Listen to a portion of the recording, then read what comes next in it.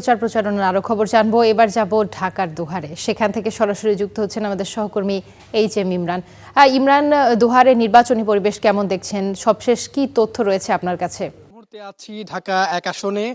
ঢাকা এক আসন নবাবগঞ্জ এবং দোহার নিয়ে গঠিত। এখানেই প্রার্থীদের প্রচার প্রচারণায় জমে উঠেছে একেবারেই, কারণ কয়েকদিন বাদেই কাঙ্ক্ষিত সেই ত্রয়োদশ জাতীয় সংসদ নির্বাচন, সেই নির্বাচনের কারণে প্রার্থীরা ভোটারদের দুয়ারে দুয়ারে যাচ্ছেন, তাদের সংকট সমস্যার কথা তারা শুনছেন। আমরা এই মুহূর্তে ঢাকার নবাবগঞ্জে আছি এবং এখানে দেখা যাচ্ছে নবাবগঞ্জে জামাত মনোনীত প্রার্থী নজরুল ইসলাম তিনি কিন্তু প্রচার প্রচারণা চালাচ্ছেন।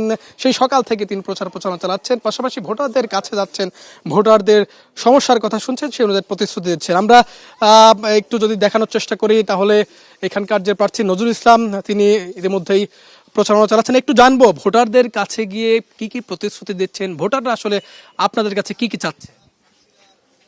ধন্যবাদ আপনার প্রশ্নের জন্য। দোহা নবাবগঞ্জ ঢাকার অত্যন্ত নিকটবর্তী একটা জনপদ, দুটো উপজেলা এবং একটা পৌরসভা। তো এখানে ভোটারদের কাছে আমরা যাচ্ছি, প্রত্যেক এলাকায় যাওয়ার চেষ্টা করছি। যেটা সবচেয়ে বেশি আসছে এলাকার বেসিক্যালি ঢাকার এত কাছাকাছি হওয়ার পরও অবকাঠামোগত সাংঘাতিক সমস্যা, রাস্তাঘাট, পোল কারভার্ট, এগুলোর কারণে যোগাযোগ ব্যবস্থা যদিও খুব ক্লোজ, তারপর দীর্ঘ সময় লেগে যাচ্ছে। মহিলাদের ব্যাপক চাহিদা হচ্ছে, এখানে গ্যাসের কোনো ব্যবস্থা নাই, সুবন্দোবস্ত নাই। স্বাস্থ্যক্ষেত্র চরম অপ্রতুলতা এখানে আছে। ঢাকার এত কাছাকাছি কিন্তু দেখা যাচ্ছে যে প্রপার ট্রিটমেন্ট নেওয়ার জন্য সবাইকে আসলে ঢাকা দিকে ছুটতে হয়। কিছু অপ্রতুল যে শিক্ষা ব্যবস্থা, স্বাস্থ্য ব্যবস্থা আছে সেটা আসলে মোটেই প্রয়োজন মেটানোর জন্য যথেষ্ট না। ভরসা পেতে নিজেকে হতে হয় পাতের মতো দৃঢ়, ঠিক যেমনটা জেরুসালেম। এর সাথে আছে নদী ভাঙ্গনের কারণে দোহারের যে বেশ কয়েকটা ইউনিয়ন, সেই ইউনিয়ন চরম ক্ষতিগ্রস্ত হয়েছে, মানুষেরা বাস্তবিকটা ছাড়া হয়েছে, এবং সেই সাথে অবৈধ বালু উত্তোলন, এটা একটা অত্যন্ত গুরুত্বপূর্ণ। শিক্ষা ব্যবস্থারও চরম দৈন্যদশা, অত্যন্ত আশঙ্কাজনক। আমি প্রত্যেকটা শিক্ষা প্রতিষ্ঠানে যাওয়ার চেষ্টা করেছি, তাদের সাথে কথা বলার চেষ্টা করেছি। এখানে শিক্ষার মান এবং শিক্ষার উপকরণ, তার পাশাপাশি শিক্ষকদের প্রশিক্ষণের যে রেগুলার ব্যবস্থা, সেটারও যথেষ্ট ঘাটতি আছে।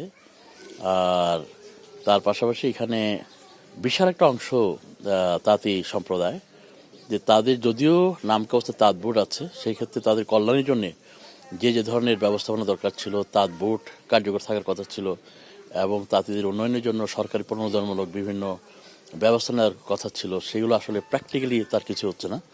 তো এইটা একটা অত্যন্ত গুরুত্বপূর্ণ।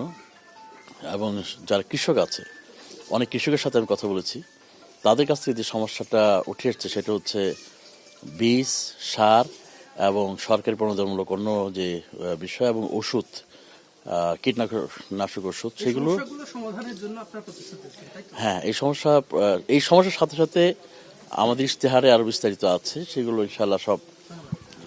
দর্শক শুনছিলেন এই ঢাকা এক আসন, যেটি দোহার এবং নবাবগঞ্জ নিয়ে গঠিত। এখানে জামাত মনোনীত প্রার্থী নজরুল ইসলাম, তার সঙ্গে কথা বলছিলাম। তিনি ভোটারদের দুয়ারে দুয়ারে যাচ্ছেন, এখানে প্রত্যন্ত একেবারেই নিম্নবিত্ত মানুষও রয়েছেন, শ্রেণীর মানুষ রয়েছেন, তাদের বিশেষ করে তাঁতি মজুর সব ধরনের মানুষ রয়েছেন, তাদের কাছে যাচ্ছেন এবং তাদের প্রত্যাশার কথা শুনছেন। এই এলাকার যত অবকাঠামো, যে সকল সমস্যা রয়েছে, সংকট রয়েছে, সেই সমস্যাগুলোর কথা তারা শুনে সেই অনুযায়ী প্রতিশ্রুতি দিচ্ছেন এবং বলছেন যে নির্বাচিত হলে এই সকল সমস্যা নিরসনে তারা কাজ করবেন। পাশাপাশি এখানে যে মাদক এবং দুর্নীতি, সেই সকল মুক্ত এলাকার উন্নয়ন করবেন, সেই প্রতিশ্রুতি দিচ্ছিলেন এখানকার নজরুল ইসলাম।